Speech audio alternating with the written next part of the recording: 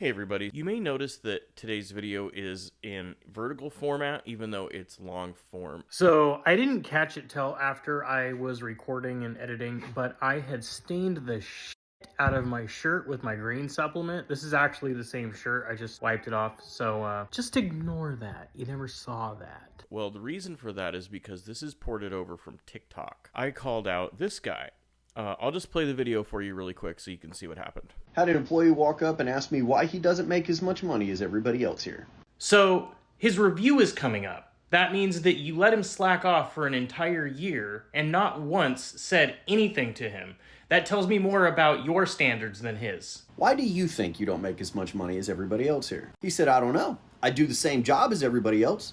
I should make the same money. And I said, do you? He said, yeah, we all do the same thing.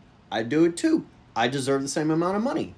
And I said, I don't think so. He has spent this much time getting away with all this stuff, and what this manager was doing is I can tell because I've been in management. He's been watching this guy act this way long enough that other employees are getting paid and he's not getting paid the same amount. So that means that there was pay raises.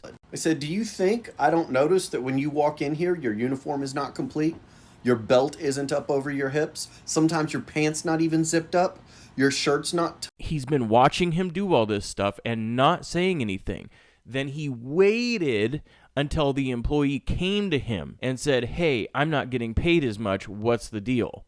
And then he sat him down in the office and made him feel 2 inches tall. I began with the list of reasons why he didn't make as much as everybody else.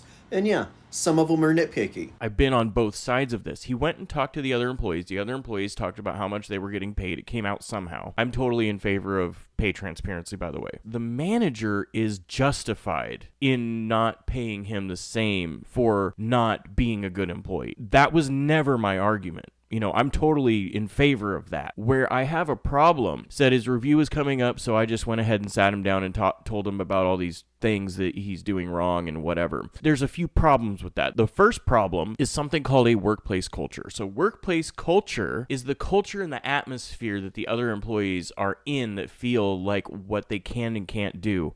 It's the kind of undercurrent of the company. Everybody's on their phone, for example.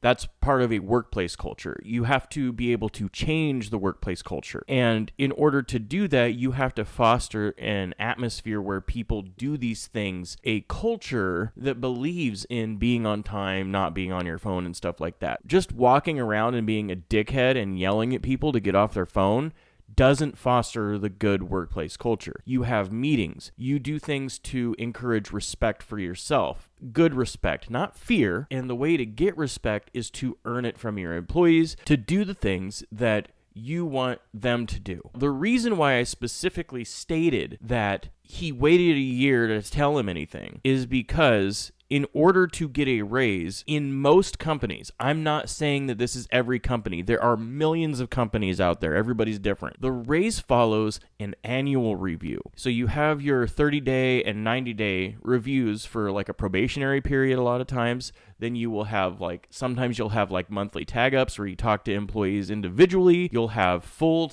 tag-up meetings where you talk to everybody in your department, sometimes once a week, sometimes once a month. It just depends. Bi-monthly, who knows? And then you have your mid-cycle reviews, and then you have your annual reviews. Mid-cycle reviews are ones where you sit the employees down and you say, hey, these are the things I noticed. If you do want to raise, this is the stuff that we need to work on, all right? This is what I've noticed.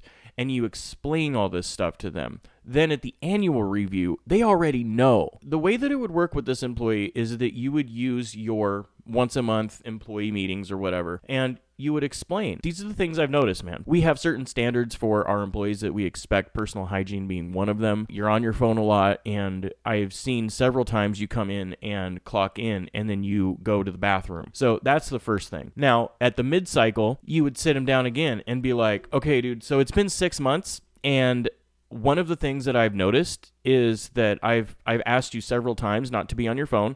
I've asked you several times to come into work and make sure that your shirt's tucked in and that you look presentable, because we are a customer-facing company. You talk to customers all the time, and when they see that, it reflects negative on the company. Fast forward to a year from now, and he's still doing this stuff wrong. If a year goes by and you have the kind of problems with him to the point where you're going to humiliate him and talk down to him, and it's been an entire year, you either should have found somebody else or some serious coaching is being missed at this point. So, again, employee, not a good worker. Well, let's just get that out of the way right now. I'm not talking about the employee.